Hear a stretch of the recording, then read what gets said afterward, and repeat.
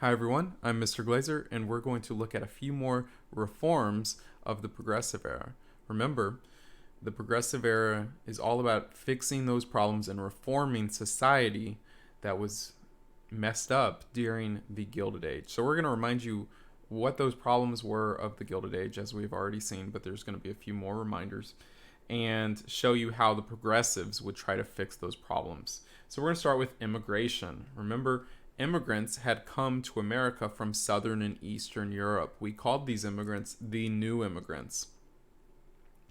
They were from places like Italy, from Bulgaria, from Russia, they're Ukraine. They're immigrants that a lot of them didn't speak English, they didn't have the same religion as Americans, and they didn't really assimilate very well. Remember, assimilating just means they're uh, taking in the culture of the new place that they come. So they're not taking in American culture.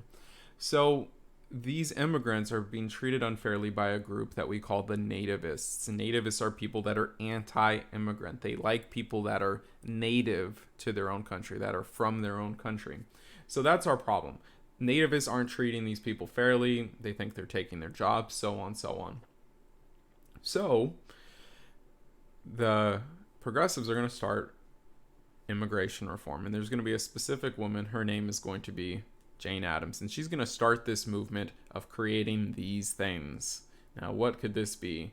Well, it's what we're going to call a settlement house. Settlement houses, homes, are going to be created throughout the United States to help out immigrants and help them get services that they may need. You know, coming over from a country halfway around the world,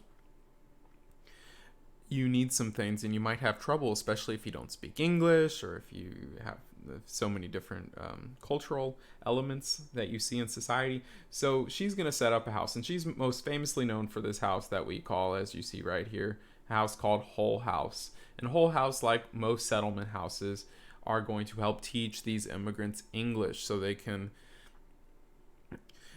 participate more in American society and get things that they need here. It's going to help them find a place to live, maybe a tenement home, a tenement apartment, like we had looked at before. It's going to help them get education so they can become a skilled worker and find a job in a factory or a workshop or anywhere, really. And it's going to help them, like we just said, it's going to help them find a job. And there'll be countless other things that they do as well. But the goal of this immigration reform, the goal of this settlement house movement with Hull House, is to have immigrants assimilate, help them come into our culture and participate in the new country they've been involved in, instead of just leaving them and being anti-immigrant like nativists were.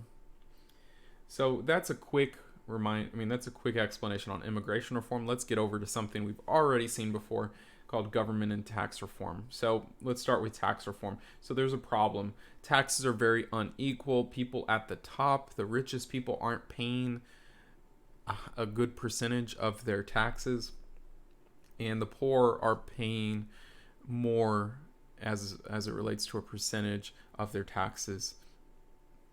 So a greater percentage of wealth is being taken from the poor, and a smaller percentage of the wealth of the richest people in America are a smaller amount is going from those people, excuse me. So the reform for this would be to tax people based on their income. If you are some of the poorest people in the country, let's have you pay the least amount of taxes. If you're the richest, let's have you pay more. This is what we call a progressive tax system. Think about that. This is the progressive era. That's a progressive tax system, It's a reform. So we call this the income tax, as we've already talked about. And it becomes our 16th Amendment. 16th Amendment levies an income tax. That's why when you have a job, if you have a job, you have money's taken out of your check to help fund the government.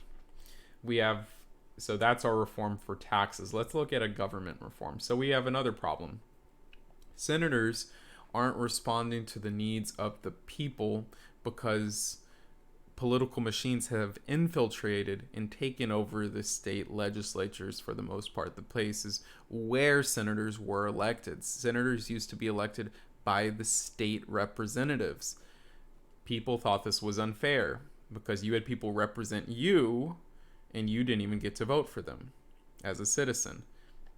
So the reform would be, let's let people directly elect their senators. So now those senators would be accountable to them and would do what the people wanted them to do instead of doing what the corrupt political machines were doing. Remember, political machines had taken over local and state politics, tried to get themselves elected, and then took kickbacks off of government contracts. They stole taxpayers' money and were very corrupt. So a way to try to fix that and take away some of their power is to let the people elect them. And that's going to become our 17th Amendment. Now people can directly elect their senators that represent them. So both of these ideas, as we've talked about previously, came from a group of farmers that we call the Populist Party, that party of farmers that wanted change. So the progressives took those ideas from that third party and implemented them. And one last thing for government reform. So we had another problem. The problem continues with political machines. Remember, political machines had this system called the patronage system, or as you may have learned in 8th grade, the spoils system, where once they got in power, they put all their friends and supporters in high-paying government jobs, even if they weren't qualified to do these jobs. So the government really wouldn't function that well because all these people were just in it for the money and didn't even know how to really do their job. So the reform would be a new law that we're going to call the Pendleton Civil Service Reform Act. And what this law is going to do is it's going to make sure all people working in the government, all the employees, now have to take what we call civil service exams to actually prove that they know how to do their job. And they don't even have to just take them, they have to pass them. So if they can't pass a civil service exam, they can't have that job. So now that patronage system is going to fall apart and the support for political machines is going to fall apart. So over time, pretty quickly, political machines are going to fall off because they and their supporters aren't going to be able to pass these civil service exams, which will help stop the corruption of those local and state politics. Okay, that's it for today. Thanks, everybody. Hope you learned something.